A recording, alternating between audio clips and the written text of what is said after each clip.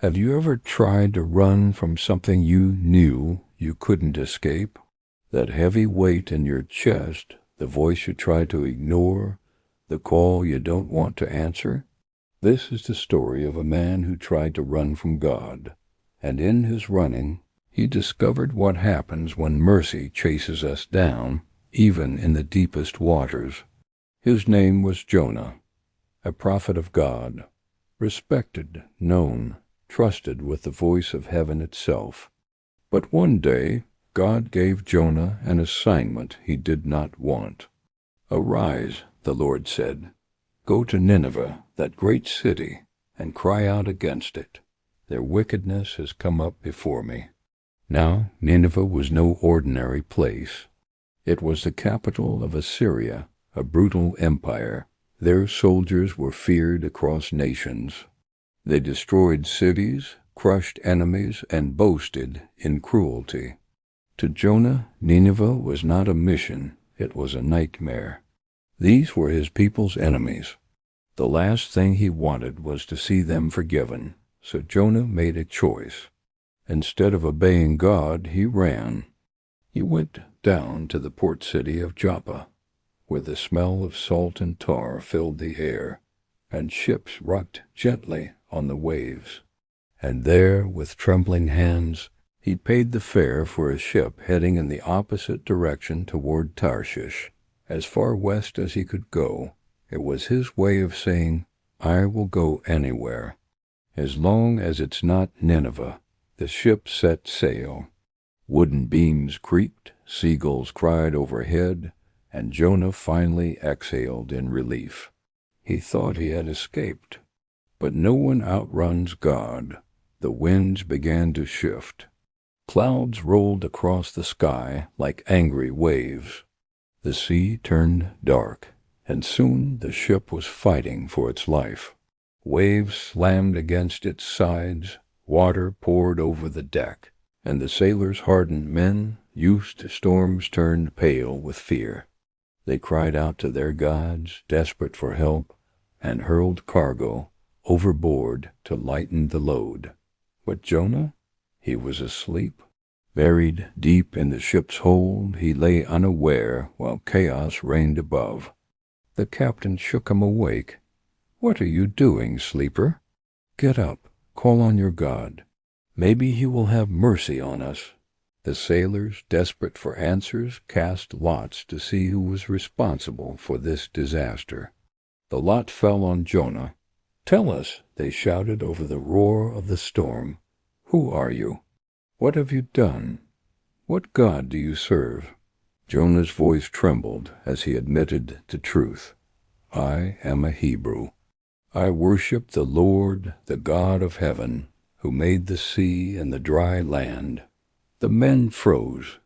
If Jonah's God made the sea, then he was the one stirring it into fury. Fear struck their hearts. "What shall we do to you so the sea will calm down for us?" Jonah knew. He had run, and now lives hung in the balance. "Throw me into the sea," he said quietly, "and the storm will stop." The sailors hesitated. They rowed hard, muscles straining, trying to bring the ship back to shore. But the sea grew even wilder. Finally, with sorrow in their eyes, they prayed, "Lord, do not hold us guilty for this man's life. You have done as you pleased." And they lifted Jonah and hurled him into the sea. The moment his body hit the water, the storm ceased. The waves stilled. The wind died. The ship floated on calm seas, while the sailors fell to their knees in awe of Jonah's God. And Jonah sank beneath the surface. Cold water closed over him. Darkness swallowed him whole. This was the end, or so he thought. But God had prepared a rescue. From the depths came a massive fish so large its shadow blotted out the dim light above. Its jaws opened, and in one terrible instant, Jonah was swallowed alive. Inside the belly of the fish, Jonah found himself in suffocating darkness. The stench of death filled the air, seaweed wrapped around his head, and the walls pulsed with every beat of the creature's heart. For 3 days and 3 nights he sat in the prison of the deep, and there, in the most unlikely of places, Jonah prayed. His voice echoed off the walls of the belly. In my distress I called to the Lord, and he answered me. From the depths of the grave I cried for help, and you listened to my cry. When my life was fainting away, I remembered you, Lord, and my prayer rose to you. He realized something profound. Even in the depths of rebellion, God had not abandoned him. Mercy had followed him into the sea. Then the Lord commanded the fish, and with a violent heave, it vomited Jonah onto dry land. Gasping for air, covered in slime, Jonah lay on the sand alive.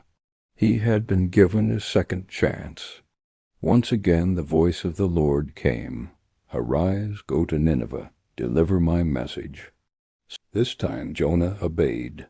He walked into Nineveh, a city so large it took 3 days to cross.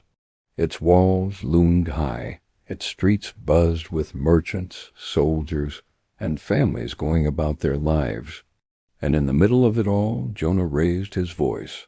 40 days more, and Nineveh will be overthrown. The words were simple, stark, terrifying, and yet they pierced hearts. From the poorest beggar to the richest noble, the city trembled. Word reached the king of Nineveh himself. He rose from his throne, stripped off his royal robes, put on sackcloth, and sat in ashes. He issued a decree. Let everyone call urgently on God. Let them give up their evil ways and their violence. Who knows? Perhaps God will relent and turn from his fierce anger so that we will not perish. And God saw. He saw their repentance, their humility, their cries, and he had compassion. He did not bring upon them the destruction he had threatened. But Jonah, he was furious. He stormed out of the city, fists clenched, muttering under his breath, I knew it. I knew you would do this. This is why I ran in the first place. You are a gracious and compassionate God, slow to anger, abounding in love, and I didn't want them to receive it. To Jonah, justice meant judgment. Mercy felt like betrayal. He sat outside the city, sulking, hoping perhaps God would change his mind and destroy Nineveh after all. Under the blazing sun, the heat scorched his skin until God caused a leafy plant to grow overnight, shading Jonah with its broad green leaves. For the first time in days, Jonah felt relief. But at dawn the next day, God sent a worm that chewed the plant until it withered. When the sun rose higher, a scorching wind blew, and Jonah grew faint. Angry enough to die, he cried out, It would be better for me to die than to live. And then God spoke to him. Jonah, is it right for you to be angry about the plant? Yes, Jonah snapped, angry enough to die. The Lord's voice was steady, calm, piercing. You are concerned about this plant, though you did not tend it or make it grow. It sprang up overnight and died overnight. But Nineveh has more than 120,000 people who cannot tell their right hand from their left, and many animals besides. Should I not be concerned for that great city? The story ends there, with a question, a mirror turned toward us. Jonah wanted a God who fit his idea of justice, but God's mercy is bigger than our hate, wider than our prejudice, deeper than our comfort zones. Jonah ran from God's call because he didn't want his enemies to be forgiven. Yet God pursued him not to crush him, but to teach him compassion. And that is the lesson still echoing today. You and I may not be called to Nineveh, But we all face moments where God asks us to love people we'd rather avoid, forgive those who hurt us, or show mercy where we'd prefer judgment. The question is, will we run like Jonah, or obey and discover the power of God's compassion? So now I ask you, if you were Jonah, what would you have done? Would you have gone to Nineveh or boarded the first ship to anywhere else? Share your thoughts in the comments. I'd love to hear them. And if this story moved you, don't forget to subscribe for more powerful Bible stories, and share this video with someone who needs encouragement today.